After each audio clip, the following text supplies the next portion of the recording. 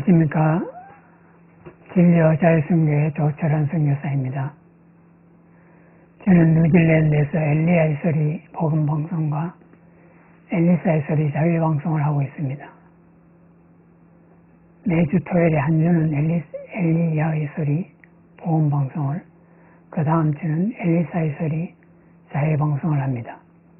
오늘 엘리야의 소리 복음방송 11회 주제는 남편과 아버지 11 선지자로서 아버지입니다. 아버지의 둘째 사역은 가정의 선지자, 즉 하나님을 자기 가족에게 대표하는 역할을 하는 것입니다. 자녀들은 보통 하나님에 대한 첫인상을 아버지로부터 형성합니다.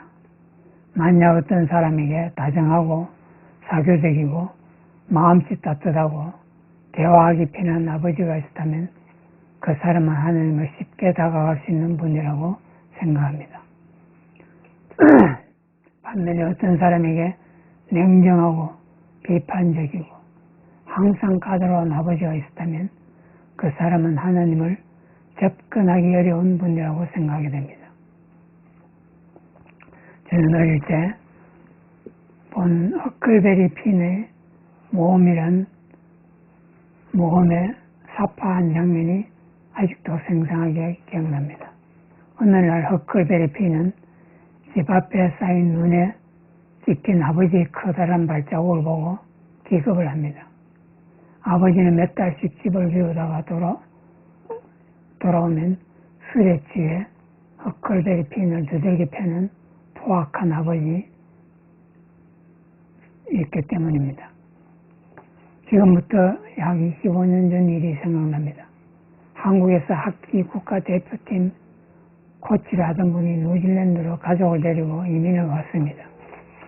그분은 태릉 선수촌에서 합숙훈련 하던가 해외 전지훈련을 마치고 집에 돌아오면 아파트 놀이터에서 놀고 있던 아이들이 멀리서 아빠를 알아보고 아빠다 하고 부르며 뛰어와서 안긴다고 말했습니다. 어떻게 하면 아버지가 자기 가족에게 선한 선지자로 하나님을 대표할 수 있을까요? 에베소서 6장 4절에서 사도 바울은 아버지들에게 다음과 같이 권면합니다. 또 아비들아 너희 자녀를 노엽게 하지 말고 오직 주의 교훈과 훈계로 양육하라. 에베소서 6장 4절 말씀입니다. 그리고 바울은 골로새서 3장 21절에서 다음과 같이 말씀합니다. 아비들아 너희 자녀를 노엽게 하지 말지니 낙심할까 함이라.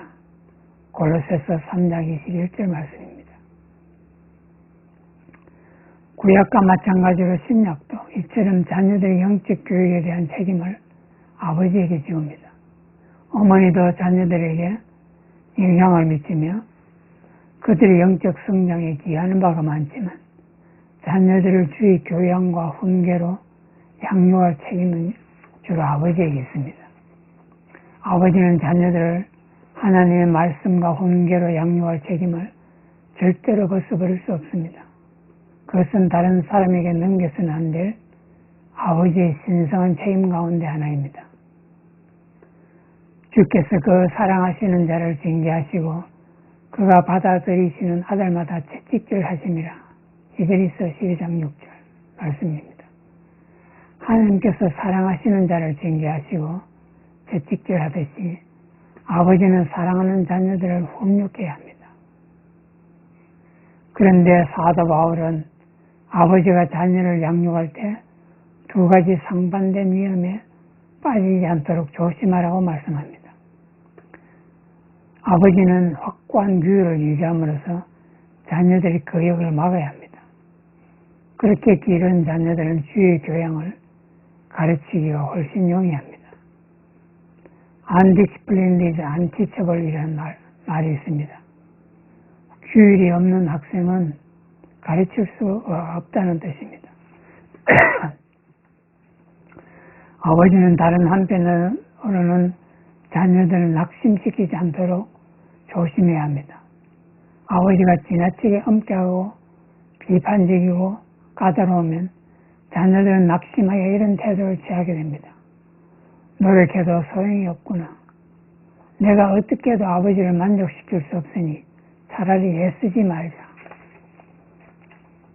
그래서 바울은 자녀들을 경목케 하거나 노엽게 하지 말라고 경고하는 것입니다.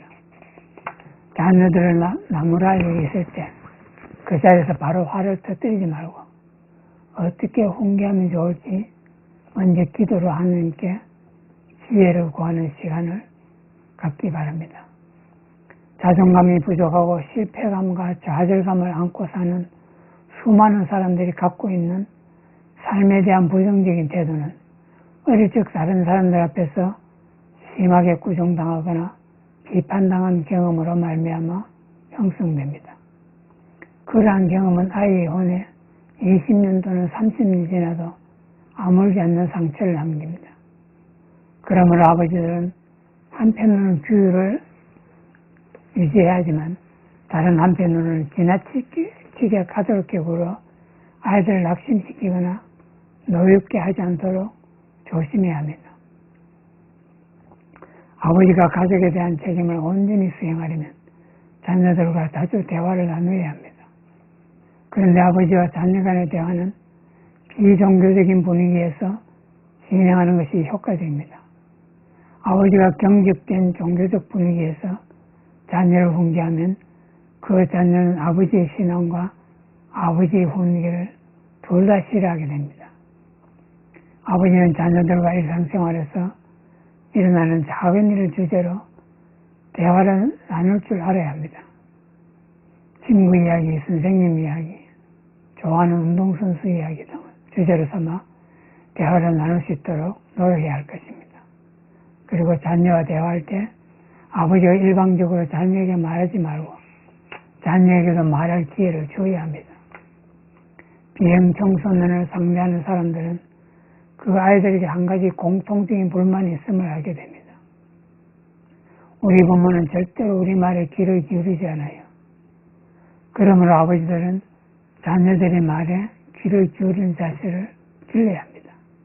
아버지는 자녀들이 자기 생각을 쉽게 표현하며 자기 문제를 털어놓을 수 있도록 편안한 분위기를 조성해야 할 것입니다. 모세는 이스라엘 백성에게 자녀를 양육하는 방법에 관한 매우 실제적인 지침을 주었습니다.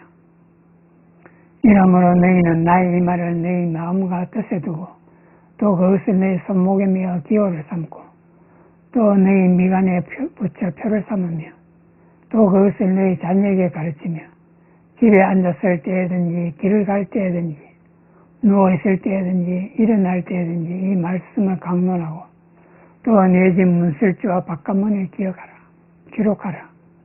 그리하면 여호와께서 너희 조상들에게 주리라고 명세하신 땅에서 너희의 날과 너희 자녀의 날이 많아서 하늘이 땅을 덮는 날과 같으리라. 신명기 11장 18절부터 21절 말씀입니다. 지상의 낙원 Heaven on Earth라는 표현은 하늘이 땅을 덮는 Heaven upon the Earth라는 법령력 성경 구절에서 유래했습니다.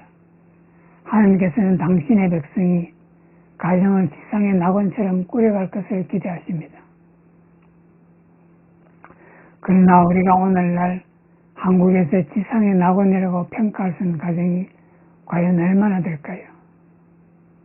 지상의 낙원이라고 부를 만한 가정을 찾아보기 힘든 이유는 아버지들이 모세가 가르쳐준 대로 행하지 않기 때문입니다.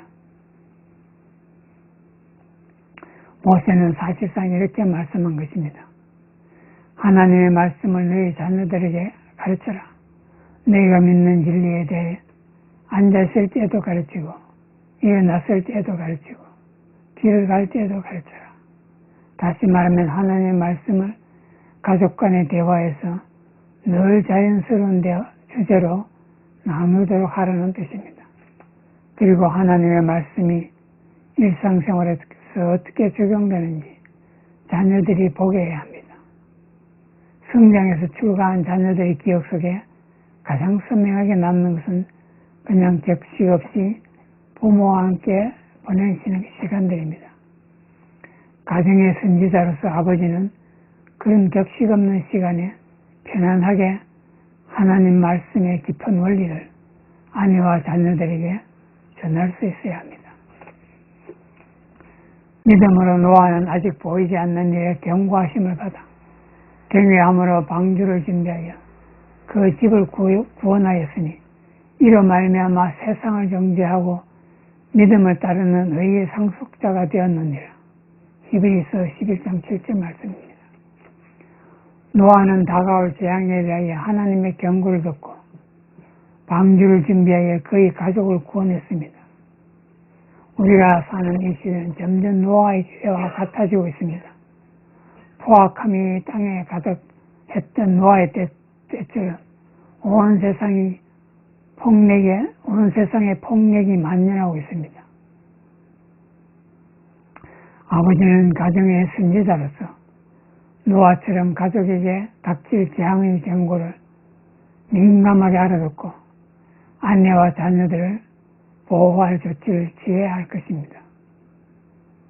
엘리야의 서리 복음방송 시청자 여러분, 엘리야의 서리 복음방송 12회 주제는 남편과 아버지 12, 왕으로서 아버지입니다. 2020년 4월 4일 토요일에 다시 뵙겠습니다. 감사합니다.